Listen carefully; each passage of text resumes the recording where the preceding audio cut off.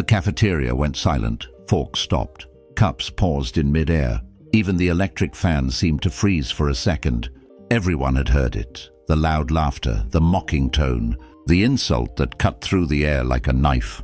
A tall foreign student stood in the middle of the room, pointing at a Filipino boy holding a tray of food.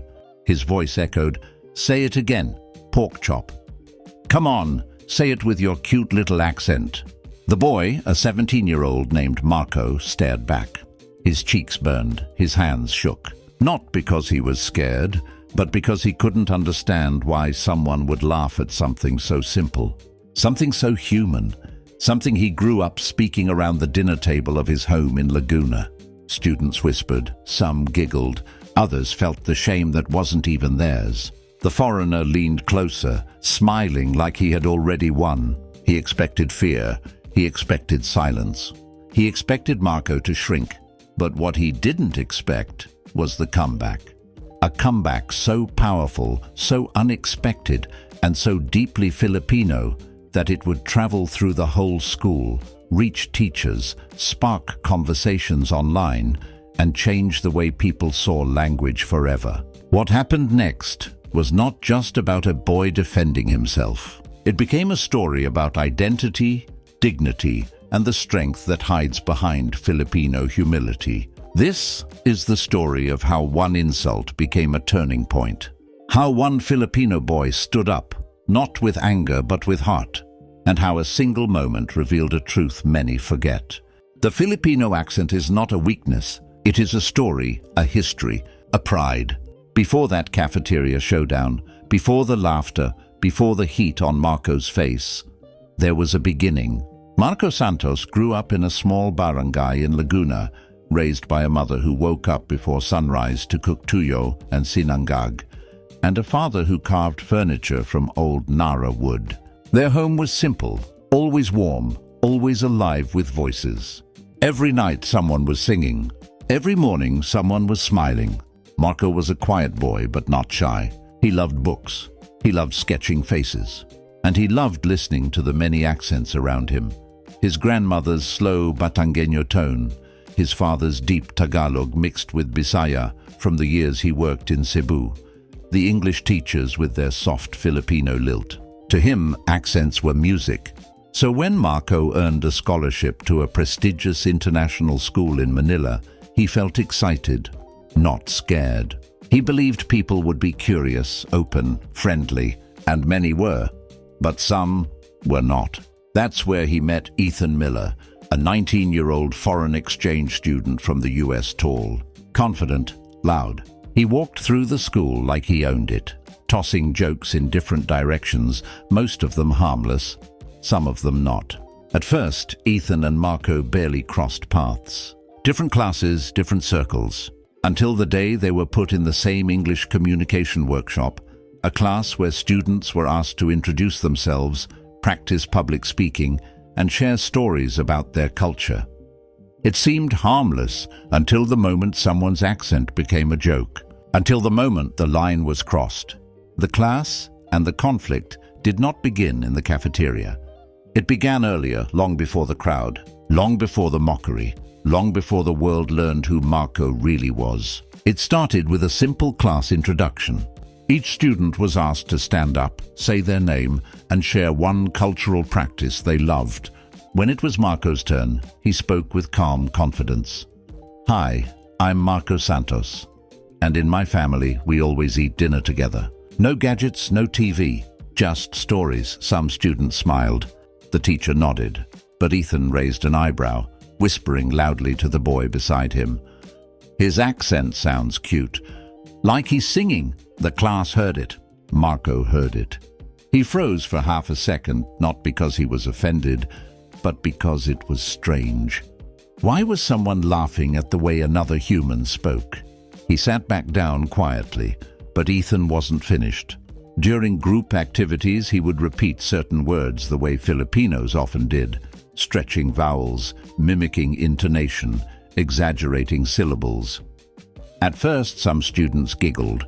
Then the giggles became laughter, and the laughter became a habit. Marco tried to ignore it. He didn't want trouble. He didn't want drama. He didn't want to be that student who complained. Like many Filipinos, his instinct was humility. Tis lang, keep the peace. But every joke was another cut. Every imitation was another push. And every smirk was a reminder that some people still believed that the Filipino accent was lower, weaker, wrong. The tipping point came during a presentation. The class was asked to read short dialogues aloud. When it was Marco's turn, he stood, took a breath, and began reading. Ethan interrupted. "Say that again. Do it slowly, your accent makes it funny." The teacher scolded him, but the damage was done. That moment spread across the school like wildfire. Whispers filled the hallways. Did you hear what Ethan said? He made fun of the accent again.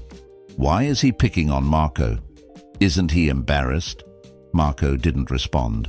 He carried the shame quietly, like a weight on his chest. But inside him something was shifting. Something was growing, not anger, not revenge, but a kind of courage that is quiet at first, then powerful when needed. A courage born from years of family stories, years of cultural pride, years of believing that a Filipino voice, no matter the accent, is something worth respecting. And that courage would soon be tested in the most public way possible, the cafeteria incident, where everyone would watch, where no one could hide, where the truth would finally unfold. The cafeteria was crowded. Students moved like waves. Chatter, footsteps, the metallic clatter of utensils. Marco entered carrying a tray of rice and pork chop, his comfort food. He just wanted to eat quietly. But fate had other plans. Ethan spotted him from across the room.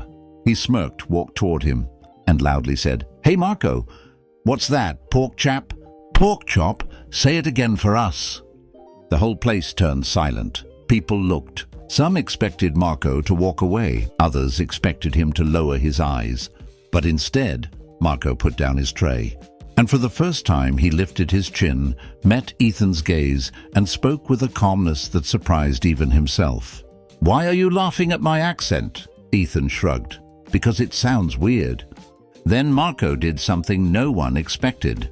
He took a step forward, and another, until the two were standing face to face.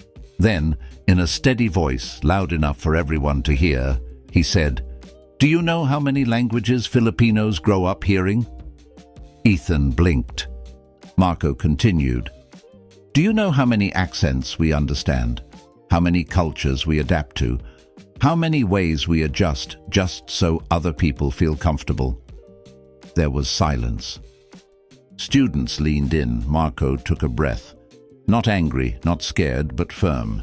"I speak English with a Filipino accent because I learned it beside my mother while she cooked dinner. I learned it from teachers who worked hard to give us a better future. I learned it from books I read under a dim light because brownouts were common. My accent carries my home, my family, my country." Ethan's smile faded. Marco stepped closer. "But you speak one language. And you think speaking it with one accent makes you better?" Gasps echoed across the room. Marco wasn't done. "Let me tell you something. An accent is not a sign of being less. It is a sign of being more. More languages, more history. More stories, more identity." He paused, then he delivered the final blow.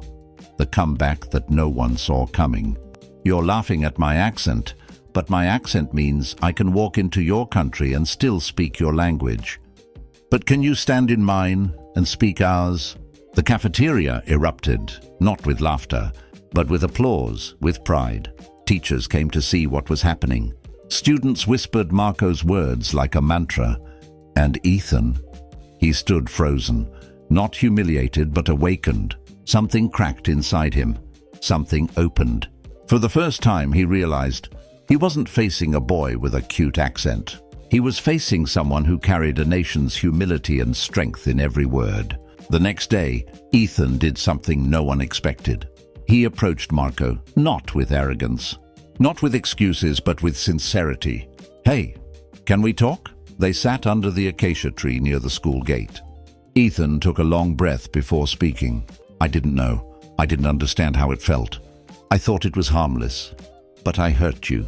And I'm sorry." Marco nodded. Silence filled the space between them. Not heavy, but healing. Then something interesting happened. Ethan asked, "Can you teach me? Teach me how to say some Filipino words? Teach me how your accent works? I want to learn it the right way." Marco smiled, a real gentle smile. And there, under the tree, a strange but beautiful friendship began. They exchanged words. They exchanged laughter. They exchanged pieces of culture. By the end of the week, the same students who once laughed with Ethan were now learning Filipino phrases from him. Salamat po, ingat, masarap. The school began to see accents differently. Teachers discussed language diversity. Students opened up about their own insecurities. Conversations grew deeper, kinder, more human. And Marco? He became a symbol of something powerful. Not rebellion, not pride, but dignity. The quiet boy from Laguna had become the voice of many. In every Filipino home, there is a truth that lives quietly. We bend so others feel comfortable. We adjust to make space. We soften our words. We smile even when things hurt. But sometimes, we forget that our ways are not signs of weakness. They are signs of strength. The Filipino accent is not broken English. It is English strengthened by another culture, another history, another soul.